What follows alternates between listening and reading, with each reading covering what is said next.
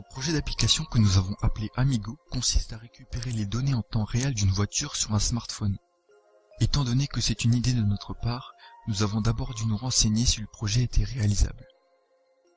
La principale problématique était de trouver comment faire le lien entre la voiture et le téléphone. Il se trouve que toutes les voitures récentes possèdent une prise appelée diagnostic qui répond à nos besoins. Celle-ci est également utilisée par les garagistes pour récupérer les données des voitures. Ici, ces données seront utilisées dans un but précis, corriger les mauvaises habitudes du conducteur et le guider à adopter une conduite économe. Ce style de conduite optimisée permet de faire de grandes économies de consommation de carburant.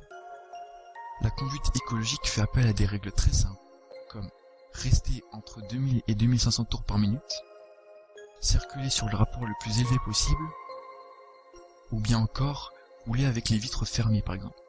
Ce projet traite donc également d'un sujet d'actualité.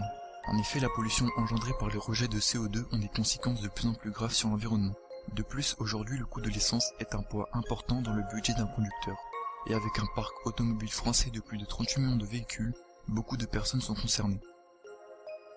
Au sein de l'IUT de Mulhouse, nous avons entamé les principales étapes du projet. Nous avons d'abord fait quelques recherches sur cette fameuse prise diagnostic et nous avons pris connaissance du datasheet.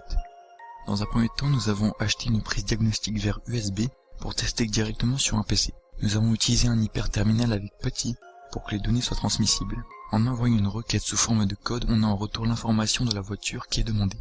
La deuxième grande étape consiste à coder l'application smartphone. Pour la programmer, on se sert d'Android Studio qui utilise le langage Java. Nous sommes donc d'abord passés par une phase d'apprentissage du Java avec l'aide du site Open Classroom. Nous avons donc dans un premier temps réalisé des petites applications de base pour s'entraîner.